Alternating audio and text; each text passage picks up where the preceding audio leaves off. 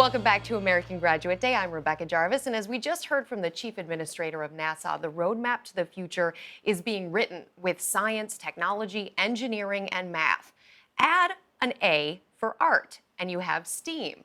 That is what this next hour is all about. STEAM is also powering our next group, the nation's largest youth development organization, engaging more than 5 million young people across the U.S. with programs ranging from mentoring to science to civic-based programs, 4-H clubs, camps, after-school, and enrichment programs prepare members for the challenges of today to be leaders of tomorrow.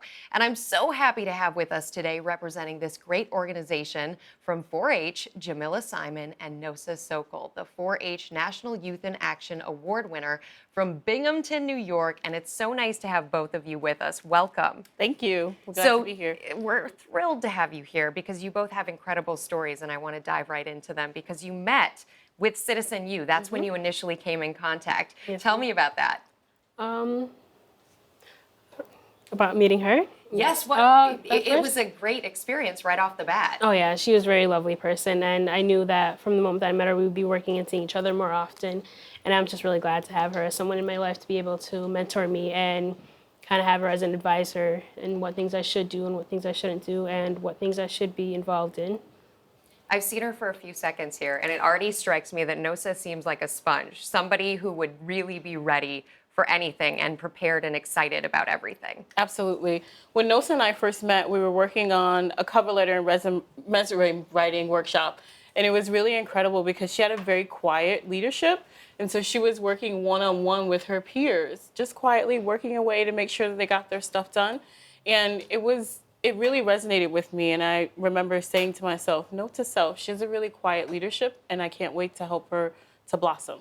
Did you feel that quiet leadership? Did you know? What was the first conversation with Jamila where you started to see that in yourself? I don't really remember what my first conversation was, but I definitely remember being really quiet. I think I was really quiet all throughout my school years up until my junior year of school. So, yeah.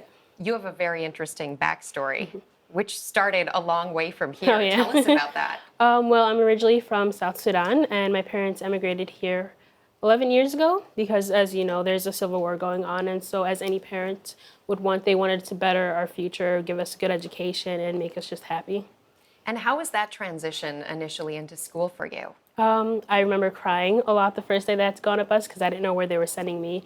And when I ran into a teacher, she actually told me how I actually knocked her over on the first day of school. And I don't remember this, but I think it was an interesting first day. So you coming into Nosa's life was a game changer. I think that the program Citizen U was a game changer. You know, we focus a lot on mentoring relationships and developmental relationships with youth. And so it's really about that caring adult and being able to find that spark. So 4-H is all about finding that spark of interest. And I think for Nosa, she found that pretty early on in her career. What was it that originally drew you to the program to be a participant in the way that you are? I think for me, I was a part of a youth development organization as a young person, and so it was really important for me to be able to give back to other young people and other organizations so that we could help young people to find their spark and set them on a trajectory so that they could thrive. And it's so interesting. This trajectory could not be more important. It could not be more timely at a moment like this in our history.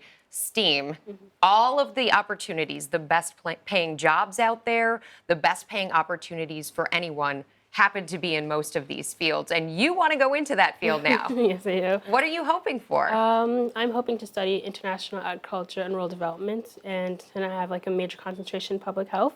I don't know, I just kind of want to travel and provide food security for people. Food security? Yes. And you want to do that through science? Yes. Tell us about that. I hear I was talking to the producers before this segment, and they could not be more excited about what you're planning on doing in that field. Well, I want to try to find a way to turn agriculture into a sort of business for women in developing countries because they are the ones who are handling food and they're the ones that are the providers for the food. So I felt like if they were able to find a way to take what they already know and turn it into a business to find financial stability, then that would eventually help the entire country as a whole. This thing that you're talking about, this mentality that you've now gained through this program, do you think there's any way that you would have thought like this if not for Citizen U, if not for 4-H? Absolutely not. I think before I entered 4-H, I kind of thought agriculture was just about farming and farmers and tractors. But after getting involved in the World Food Prize and Citizen U, I kind of learned that there's so many paths that I can take through agriculture, and I don't necessarily have to be a farmer. I can make people aware of the issues that we face, make people aware that there are food securities all around the world, even in the US, and hope that people will be inspired and get involved as well. Are you coming across people like Nosa every day? I can imagine there are some very impressive people, maybe not as impressive as Nosa in the program. Every single day, we work with educators around New York State, we work with volunteers, we work with parents, and we work with young people. And so I have an incredible job, obviously because of relationships that I have with young people, but also because we really get to affect change over the long term. Well, Jamila, thank you to people like you and Nosa. The world is a better place, and the future is in much better hands. We really appreciate it. Thanks so Thank much you. to both of you. Well, it's been a real pleasure today. And from food to farms to future leaders, 4-H clubs are educating students in STEAM and life to become trailblazers toward tomorrow.